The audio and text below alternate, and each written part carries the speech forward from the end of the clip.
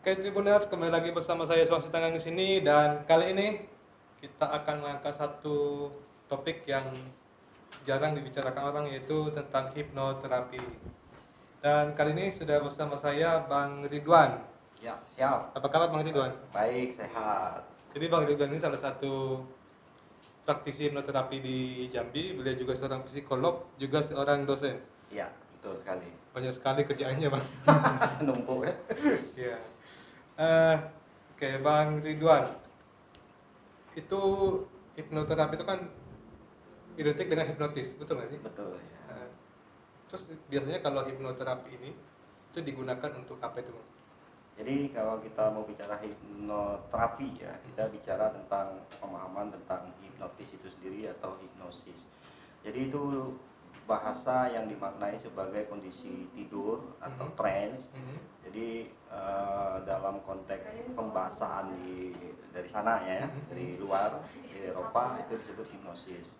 Nah, kondisi-kondisi hipnosis inilah yang nanti memasuki alam bawah sadar. Alam bawah sadar itu yang kita coba untuk memberikan sugesti-sugesti yang positif. Nah, kaitan dengan hipnoterapi tentu sugesti yang kita berikan adalah kepada pasien atau klien yang mengalami hambatan-hambatan gangguan psikologis seperti kecemasan, neurotik ya, orang-orang neurotik, anxiety atau orang-orang yang mengalami fobia, depresi dan segala macam. Nah, kita masukkan ke alam bawah sadar mereka, kita rubah mindset itu, kemudian muncullah hal-hal yang positif dari diri mereka sendiri. Gitu. Artinya hipnoterapi ini bisa digunakan untuk orang yang secara psikologis sedang ada bermasalah gitu ya? Betul. Lagi galau misalnya bisa nggak? Lagi galau, lagi gagal move on, nah itu yang sering-sering kita temukan, dia sulit melupakan orang-orang yang pernah dekat dengan dia, nah itu bisa diberikan sugesti-sugesti yang positif. Itu tadi. Jadi yang gagal move on bisa terapinya itu ada dengan hipnoterapi. Betul. Tapi kalau misalnya itu saya misalnya mengikuti hipnoterapi nih, diterapi lah secara hipnotis tadi. Itu efeknya jangka panjang atau gimana tuh? Ya, jadi kalau kita bicara hipnosis itu sebenarnya ada yang menyatakan sebagai pseudoscience. Jadi katakan sebuah ilmu tapi dia tidak terlalu ilmiah. Artinya orang coba menggali informasi melalui penelitian-penelitian, ya itu masih diragukan karena kondisi bawah sadar itu, kondisi dia trans, kondisi dia dalam kondisi kesadaran menurun, apakah itu benar? Nah, itu kan yang jadi tanda tanya orang, bagaimana cara meneliti tersebut kan gitu.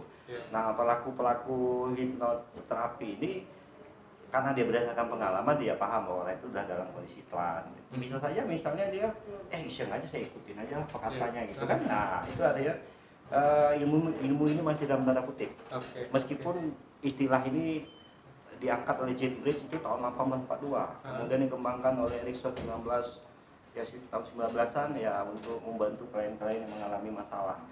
Cuma lagi-lagi masih dalam tanda kutip. Maka di dalam psikologi ilmu penerapan ya katakanlah terapi ini tidak terlalu begitu digunakan kalau tidak diimbangi dengan metode-metode terapi dalam bentuk konseling atau kognitif behavior terapi. Jadi ini hanya supaya langkah awal untuk bisa mudah memasuki ke dalam diri kalian supaya dia bisa lebih tenang, bisa masuk kita ke dalam alam bawah sadarnya. Lalu kita menggali informasi, setelah itu kita perkuat dengan sugesti-sugesti, setelah itu kita konseling. Karena sekali lagi ini pseudoscience, masih dalam tanda kutip keilmiahannya dan sifatnya sesaat kayak kita obat paramed. Nah, kalau sakit kepala ya, kepala udah minum obat selesai, tapi kan masalahnya belum tentu selesai. Oke, artinya itu sebenarnya hanya salah satu alat. Betul. Untuk masuk untuk penyembuhan secara psikologis tadi ya. Betul. Karena dia harus diimbangi tadi dengan apa ya? Konseling gitu. Konseling, kognitif behavior terapi, merubah mindset dan segala macam. Nah, itu tidak mudah kalau hanya sekedar menggunakan hipnoterapi, ya efeknya tidak bertahan lama. Karena hipnoterapi yang berasal dari bahasanya hipnotis ini atau hipnosis kalau dari luar sana itu kejadian-kejadian yang boleh dikatakan tiap hari kita mengalami hal yang demikian. Misalnya kita diminta oleh orang tua pergi ke toko beli kopi, itu dalam kondisi sebenarnya terhipnotis karena kita mengikuti. Karena hipnotis itu sugesti yang diterima tanpa ada perlawanan, tanpa ada pertentangan. Artinya kita sudah kondisi hipnotis sebenarnya. Tapi besok apakah kita mau lagi ngikutin? Oh enggak lah, saya tidak mau begini-begini lagi. Saya capek, saya ada tugas segini segala macam. Nah itu kondisi-kondisi ini yang perlu dijaga dengan, kalau kata istilah tadi, konseling, CBT dan segala macam, atau EFT gitu ya. Banyaklah model-modelnya yang bisa memperkuat dari diri individu. Nah, tapi satu hal yang pasti, yang bisa menyelesaikan masalah individu itu, psikologis individu itu, ya individu itu sendiri. Oke. Ya, Jadi psikolog itu hanya untuk perantara atau membimbing gitu ya? Iya, memfasilitasi. Karena manusia itu punya pikiran, manusia punya akal. Suatu saat dia bisa merubah sendiri pikiran. Nah, sekarang kalau kita mau ngasih informasi yang positif pada orang, dia harus bisa nerima dulu.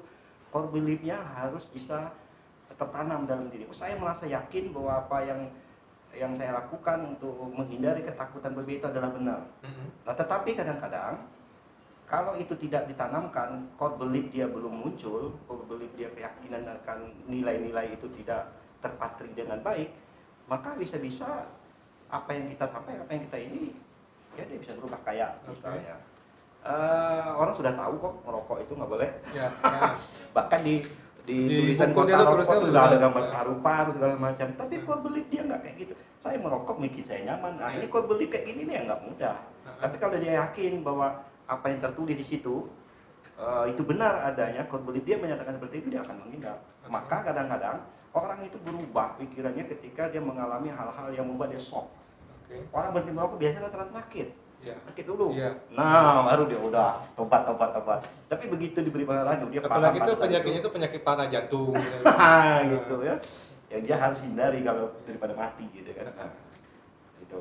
Oke. Jadi kalau di Abang sendiri nih sebagai yang sudah berpengalaman sebagai praktisi hipnoterapi, ada kasus-kasus seperti apa yang pernah Abang tangani untuk perlu kemudian diberi hipnoterapi ini?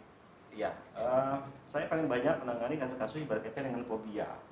Nah, okay. Fobia ini macam-macam ya. Ada fobia yang sifatnya spesifik ya, kayak takut dengan binatang, dan binatang pun jenisnya macam-macam. Ada takut cicak, takut anak ayam, takut tikus, takut segala macam lah. Tapi nggak ada yang takut miskin. Tapi takut dalam konteks pengalaman-pengalaman yang kurang menyenangkan saya pikir ya. Jadi banyakkan juga takut dengan ular. Pertanyaannya kan kemudian, kok mereka bisa takut, yang lain tidak? Artinya kan ada sesuatu yang keliru dalam memanage tentang binatang yang saya sebutkan tadi. Nah, itu yang coba kita ubah, manage itu yang kita terubah. Nah, kadang-kadang ketakutan itu juga bisa bersifat ketidaksadaran kolektif. Artinya kalau kita bicara individu kan mungkin masalahnya beda-beda ketakutannya. Tapi kalau kita bicara kolektif, itu kadang-kadang dia sesuatu sugesti yang sudah ditanamkan cukup lama dari kecil. Contoh, kalau kita lihat polisi lagi rame-rame, kita bawa kendaraan itu takut kan? Padahal kita lengkap semua alat kita punya dan segala macam, kita ya surat menyurat ada semua. Tetapi ditanamkan waktu kecil, awas ya kamu nakal, panggil polisi, tangkap. Jadi dalam otak kita tersimpan di alam bawah sadar kita bahwa polisi itu menakutkan. Nah, bahkan sebelum kita tahu bahwa satpam itu pakainya sama dengan polisi, ya kita juga takut ya melihat satpam, ini ada razia, ada apa dan segala. Demikian juga dengan dokter. Nah, itu ketidaksadaran kolektif. Kalau kamu nakal, panggil dokter, suntik. Jadi ke dokter itu belum tentu mau disuntik, itu udah takut dulu kadang-kadang. Nah, ini terjadi pada proses-proses penanaman alam bawah sadar secara kolektif. Ya, kolektif itu kan berarti hampir semuanya merasakan. Termasuk takut dengan kuburan. Awas, jangan ke kuburan, banyak hantu dan segala macam. Yang lihat hantu aja belum tentu, orang belum tentu pernah lihat hantu ya. Tapi ketika dia ke kuburan, udah takut sendiri. Itu tidak sadar kolektif dan hampir semua merasakan. Termasuk mungkin Bang Suwang. Atau kalau Bang Suwang tuh kalau malam-malam ke kuburan.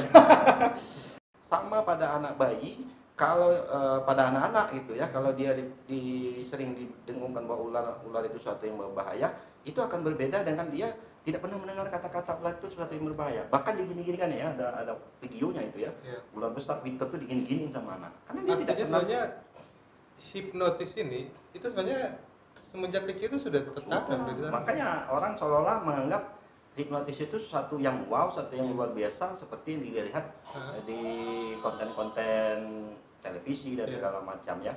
Nah, padahal kondisi-kondisi hipnotis kan sudah kita sering alami setiap hari. Kalau kita berdasarkan bahwa hipnotis itu adalah penerimaan sesuatu ya, sugesti tanpa ada proses perlawanan. Oke. Nah, itu semuanya sudah dari dulu. Karena misalnya waktu kecil kan kita ditakut-takutin tuh, nanti ya udah kamu minum obat ini, kalau nggak nanti bawa ke dokter disuntik gitu kan. Nah, Ya ini kan? cara-cara Sudah- orang tua ya. Udah hipnotis, Iya. dihipnotis kita Nah, sebenarnya. jadi mengajarkan kepada kita takut dengan suntik. Iya, iya. Ya kan? Oke. Makanya tadi mengajarkan kayak kita takut dengan hantu. Kita Iya. nggak seumur-umur nggak pernah lihat hantu. Iya. Dan hantu itu sugesti yang ditanamkan oleh ke kita itu yang kita kenal kan pocong. Iya. Coba kalau di luar kan nggak kenal yang kayak gituan. Padahal hantu Indonesia itu juga cacat semua kan. Iya, ya. Nah Iya. itu yang diciptakan, menek itu yang diciptakan untuk membuat rasa takut pada sebagian-bagian orang yang mungkin memahami bahwa itu memang suatu hal yang menakutkan. Pada orang bule dia nggak pernah kenal itu. Pada orang Chinese mungkin hantunya yang kayak vampire lompat-lompat Iya. ya, tinggal buat tulisan tempel ke Iya. kelilingnya. Jadi nggak pernah Ada membayang. beberapa, Iya, kita dengan hantu itu kita nggak takut kan, kita Iya. nggak pernah disugesti untuk takut dengan hantu yang demikian gitu. Nah, Oke. Kemudian kalau misalnya orang kita katakanlah dia fobia tadi tuh, itu di hipnoterapi dia, mm-mm. dia akan langsung sembuh atau proses lagi Ya. panjang? Pada saat itu ya, biasanya kan kita melakukan proses perubahan alam bawah sadaria bahwa melihat ular, katakanlah kita Ya. katakan fobia dengan ular bukanlah sesuatu yang menakutkan, bahkan jadi lucu. Pada saat itu sugesti itu masih melekat pada diri dia, dan ketika dia diperlihatkan ular pada saat itu ya, Ya. yang penting kan pada saat itu dia bisa tertawa, bisa tersenyum, bahkan dia bisa memegangnya. Tetapi setelah itu kan pengaruh sugesti ini akan muncul lagi oleh lingkungan. Dia nonton TV, ular itu tetap satu yang menakutkan. Oke. Nah ini kan akhirnya sugesti-sugesti yang sudah masuk mulai masuk lagi, mana yang lebih kuat sekarang? Artinya ada sugesti itu sebenarnya, karena sugesti itu nggak hanya dari satu titik ya, Ya. datang lagi dari sini, datang lagi dari sini. Nah itu yang saya bilang tadi, karena Ya. hipnotis itu sudah terjadi sebenarnya Oke. dalam kehidupan kita sehari-hari. Sip. Nah, Kemudian kalau dalam dunia pendidikan abang menggunakan ilmu itu juga nggak? ya kalau untuk pendidikan biasanya kan karena guru-guru pingin supaya anaknya lebih fokus, lebih konsentrasi, maka menggunakan teknik-teknik hipnotis ini. Jadi mereka dibuat relax dulu, santai dulu, fokus dulu, konsentrasinya lebih kuat, lebih tajam, menerima informasi lebih mudah. Nah, itu kuncinya. Jadi memasukkan ke kondisi keterangan. Jadi kalau kita bicara tentang hipnotis, ada kondisi-kondisi yang bisa kita masuk dan itu lebih mudah kita untuk memberikan sugesti. Karena kalau orang sadar, kan kondisinya begini ya, ada kondisi beta, alfa, apalagi theta dan delta. Beta ini kondisi kita yang lagi kayak gini nih misalnya, waspada dan segala macam, itu nggak mudah. Maka diturunkan tingkat konsentrasinya, dirilekkan dia, jadi masuklah ke alfa. Ya. Alfa itu agak bisa lebih mudah untuk memasuki, dia lebih fokus, lebih konsentrasi. Nah yang paling mudah lagi, ketika dia turun lagi ke theta. Theta. Nah, theta inilah kondisi-kondisi yang bisa kita mudah untuk mensugesti dan itu diterima secara penuh pada saat itu. Nah, yang nggak bisa itu pada saat dia delta. Delta itu tidur. Oh, kalau tidur itu sekali Ya, bisa mana bisa hidup dengan apa-apa. Maka orang seolah-olah, wah ini gimana mau disugesti, mau gimana. Orang kan diajak ngobrol, diberi informasi. Orang tidur kan nggak bisa. Oke. Nah, Jadi kalau misalnya kayak ada tuh tatap mata saya gitu tuh. nah itu kan dibuat relax, dibuat capek. Jadi intinya orang-orang itu supaya dia lebih fokus, dia harus lemah dulu, harus letih dulu. Maka kadang-kadang tidak dengan apa ya, peraga-peraga kayak kalung-kalung Iya, gitu ya. Tetapi juga dengan kata-kata yang itu dicoba dimasukkan dalam pikiran dia, oh saya lebih rileks, saya lebih, nah itu kan ditanam-tanam terus, saya semakin dalam, semakin santai, sehingga dia harus bisa menyantaikan diri dia. Makanya disuruh Konsentrasi. dia kalau mau dihipnotis itu disuruh dulu ngikuti. Ya. Ngikutin, suruh lihatin soalnya. Ya, Karena itu dia hanya penting kan untuk ya. ini ya. Nah. Alat untuk membuat orang tadi itu mengikuti dulu apa Ya, kata-katanya. Oh, tapi kalau misalnya tadi dari awal sudah ada penolakan, maka tidak bisa. kalau penolakan yang dia munculkan di awal, prosesnya butuh waktu, bukan tidak bisa. Jadi kan artinya kan ada ketidakpercayaan, trustnya belum terjalin. Jadi kan kita harus ngobrol santai, nyaman. Karena biasanya kalau ketika kita menyatakan, ya misalnya mau dihipnotis, itu kan pikiran sudah negatif. Oke. Kenapa negatif? Karena dia melihat di TV-TV, udah dikerjain di apa segala macam. Tapi kalau dia melihat hal-hal penyembuhan, fobia dan segala macam, mungkin dia akan lebih langsung percaya sama kita untuk siap untuk dihipnotis. Tapi kalau yang dia lihat adalah hiburan-hiburan yang dia dikerjain, ditanyain ini siapa cowok, siapa cewek. Udah pakai selingkuh, takut duluan ya. Itu udah ketakutan, apalagi pernah selingkuh, misalnya, wah bahaya nih kalau sempat ditanyain itu saya nggak bisa kontrol, gitu kan. Tapi sebenarnya gini, Bang Suang, ada yang namanya critical thinking. Jadi bagaimana orang mempertahankan core belief dia. Jadi tidak semua bagian kita sugesti itu kalau dia merasa itu nggak benar atau itu dia bisa nolak. Dia hanya diam, gitu. Diam. Dia tidak ngikutin, bisa. Karena ada critical thinking di situ. Nah, ya, kamu suruh terjun langsung dari bangunan lantai 3, dia langsung ini berarti bunuh diri. Ini kan arti tadi ya, dibilang sadar setengah sadar lah. Gitu. Nah, tapi ada kritikal di situ yang nggak mungkin dia sesuatu itu ya harus dia bicarakan, harus dia sampaikan atau harus dia ikutin. Ada yang bisa dia tolak di situ. Kalau yang sebenarnya paling membutuhkan terapi ini, hipnoterapi itu, kalangan-kalangan mana sebenarnya? Ya intinya kan dia ini kan orang-orang yang mengalami gangguan gangguan psikologis. Tentu kalau orang-orang punya kasus-kasus klinis, apapun itu yang tadi saya sebutkan secara individual, dia gagal move on, dia mengalami fobia, dia mengalami kecemasan yang akut, ketakutan yang berlebih, dia mengalami depresi, atau dia mengalami traumatik, itu kondisi-kondisi secara individual yang bisa kita bantu. Nah, secara umum kalau kita bicara tentang pendidikan, berarti kan kita bicara tentang hypnoteaching untuk guru, bagaimana supaya para siswanya atau para mahasiswanya bisa lebih rileks menerima informasi atau pembelajaran yang kita berikan. Nanti kalau di bidang-bidang lain, misalnya untuk orang tua sendiri, nanti hypnoparenting. Jadi orang tua untuk anaknya diajarkan supaya anaknya dalam kondisi rileks, kemudian diberikan sugesti yang positif. Nah, kuncinya adalah memberikan sugesti yang positif itu jangan dimunculkan kata-kata yang ujungnya negatif. Misalnya kita pingin anak nggak nakal gitu, tapi ada kata-kata kamu jangan nakal, disugesti. Itu sulit orang menerima kata-kata negatif.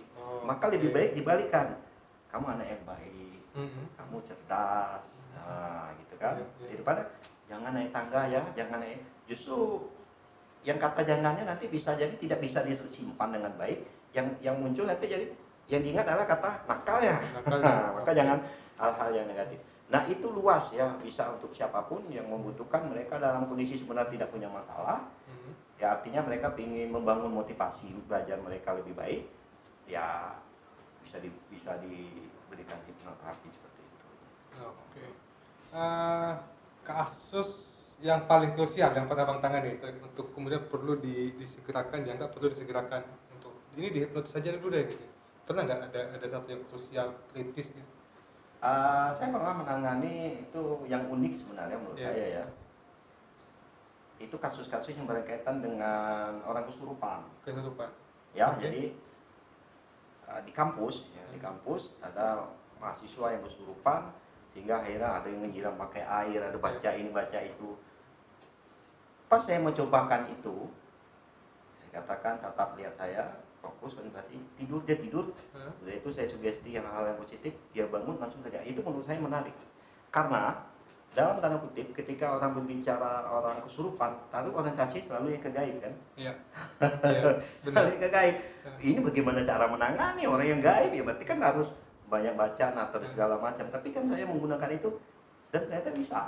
Nah itu menurut saya unik. Kalau yang masalah lain kayak fobia apa itu kan satu yang rutin lah menurut saya yang ditemukan hampir tiap orang mengalami hal-hal ini. Tapi kalau kesurupan itu kan insidental dan penggunaan hipnotis bisa untuk itulah yang menjadi menurut saya menarik pada saat itu.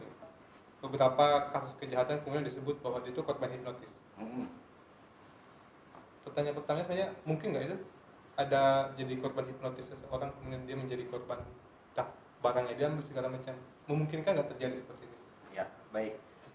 Jadi sebenarnya ilmu itu secara umum dia netral.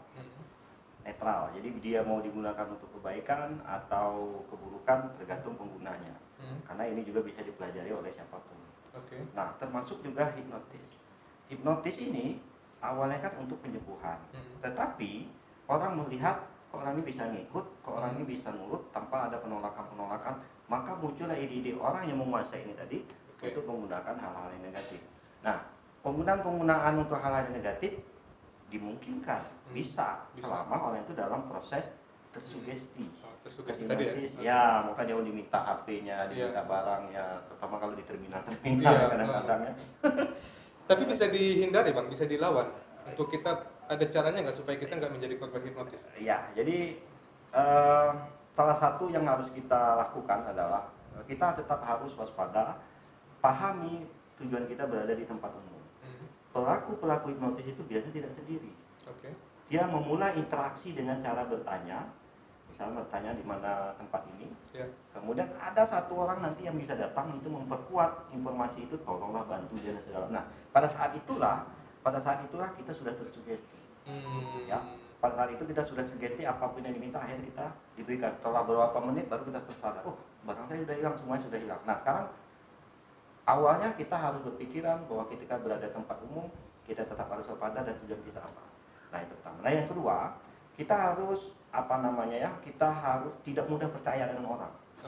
Ya, di lingkungan yang seperti itu ya orang yang tidak dikenal, kadang-kadang kan kita mudah sekali, termasuk di telepon orang udah kenal bilang ada hadiah, ada yang gitu. Waktu itu langsung wow gitu, ini kan nggak pernah dapat ya, apalagi disebutin sekian. Nah itu saya sering dapat SMS. Nah tapi kan kalau tidak percaya tadi kan. Nah itu artinya mindset kita bahwa tidak semua orang itu bisa dipercaya, bahwa kita jangan langsung tiba-tiba percaya dengan orang lain. Nah itu juga harus ada dalam diri kita. Kalau kita percaya saja sampai ya udah gampang sekali. Untung kalau yang berinteraksi berkomunikasi dengan kita itu orang baik. Kalau orang jahat, selesai lah kita kan. Artinya dalam diri kita, mindset kita sudah harus ditanam jangan mudah percaya kepada orang. Itu tadi ya, terutama di tempat-tempat. Ya artinya bukan kita tidak mau percaya, tapi jangan mudah. Jangan mudah. Apalagi orang-orang yang tidak dikenal. Nah, kemudian yang jadi permasalahan itu ketika kita sendiri, kita sudah diajak ngobrol, akhirnya tertekan, akhirnya tidak bisa nolak, ya gitu kan. Maka disarankan kalau kemana-mana itu ke tempat umum yang kurang kita kenal, ya kalau bisa jangan sendirian. Abang melihat seberapa penting kemudian orang yang sedang memiliki masalah tentang kejiwaan, yang mau stres, yang mau apa segala macam, seberapa penting mereka itu untuk konseling ke psikolog? Ya, jadi begini, kalau kita bicara tentang masalah itu kan kategorinya adalah dia mengganggu diri dia dan juga mengganggu orang lain atau lingkungan. Terkadang kita menganggap dia bermasalah, tapi secara pribadi dia tidak bermasalah. Nah inilah yang saya sampaikan tadi sebagai contoh, orang merokok itu kan orang yang merokok melihat ini orang bermasalah, sementara mereka merasa diri tidak bermasalah. Nah proses bahwa ini menjadi penting ketika dia merasa bahwa saya merasa bermasalah dengan diri saya, kok saya seharusnya nggak merokok gitu kan, saya seharusnya nggak mikirin si cewek itu, saya seharusnya fokus kuliah. Nah berarti ada masalah dengan dirinya, dan lingkungan melihat dia menyesuaikan diri, dia dihindari oleh temannya, berarti ada perilaku gara-gara itu tadi, disebabkan itu tadi dia akhirnya jadi ngomongnya ngawur, misalnya dia jadi suka agresivitas, menyerang orang lain dan kata-ngatain orang lain sehingga akhirnya menghindar, berarti kan ada masalah di situ. Nah ini yang kadang-kadang menjadi rumit ketika kita mengatakan penting atau tidak penting, yang harus didahulukan, yang harus diutamakan. Selama orang itu merasa itu bukan jadi masalah, itu rumit. Saya tidak masalah salah kok. Nah, jadi di konseling seperti apapun, dia merasa dia tidak masalah. Maka ketika masuk ke orang-orang seperti ini, ya harus dibuka dulu wacana wawasannya, dibalikan sistemnya. Menurut kamu seperti apa? Kalau dia udah merasa nggak bermasalah, kita datang berarti kita jadi sumber masalah. Ya kan Mas Bang, ketika kita merokok datang orang nyeramain kita, orang itu sumber masalah buat kita gitu. Nah, kita jadi sumber masalah. Ngapain ceramain? Nah, itu. Oke, benar. Artinya sih ketika seperti tadi bahwa si orangnya sendiri juga harus sadar bahwa dia sebenarnya sedang bermasalah. Betul. Kalau dia tidak merasa itu, maka sebenarnya akan berat ya untuk masuk ke tahap konseling tadi. Jadi kita masuk itu seolah-olah kita mau menggurui, mau menceramai, orang nggak mau seperti itu. Orang itu datang bahwa dia ada merasakan sesuatu yang kurang, ada sesuatu yang mengganjal, dia ingin cerita. Nah konseling kan awalnya kan karena orang itu datang ingin dia bercerita, menceritakan masalah. Tetapi uniknya juga ada orang hanya sekedar ingin cerita, ya udah cukup Pak, saya sudah lega, saya doa ini. Panik. Artinya tidak ada tempat cerita selama ini kan, jadi mungkin terpendam terapa ya, dia datang sekedar untuk menceritakan. Tidak pingin apa yang namanya bantuan-bantuan informasi atau bantuan untuk menyelesaikan masalah yang enggak. Ada juga yang datang sekedar itu, pingin didengar. Karena nggak semua orang bisa mendengar ya. Iya, nggak semua orang bisa mendengar. Banyak yang suka ngebantah. Tuh. Oke, nanti kita coba ya, apakah ada yang akan bisa kita jadikan objek terapi. Awan suang nanti ini. Oke, benar. Demikian perbincangan kita hari ini. Saya Suang Sitangga mengucapkan terima kasih banyak. Sampai jumpa di acara Mojok selanjutnya.